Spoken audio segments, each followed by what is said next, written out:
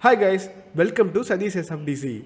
In this video, we are going to see the Objects tab in Salesforce Inspector. Now, go to Objects tab in Salesforce Inspector. Search for any object. I am choosing account and click Show All Details.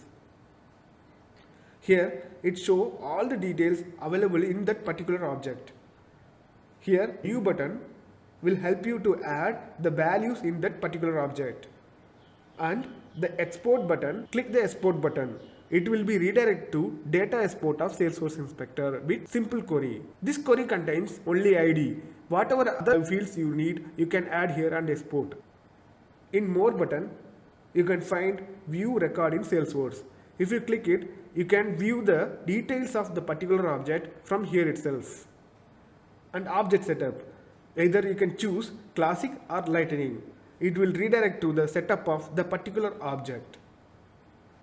Not only that, even you can go to the setup of the field details. Thank you guys. Subscribe to our channel to see more such videos.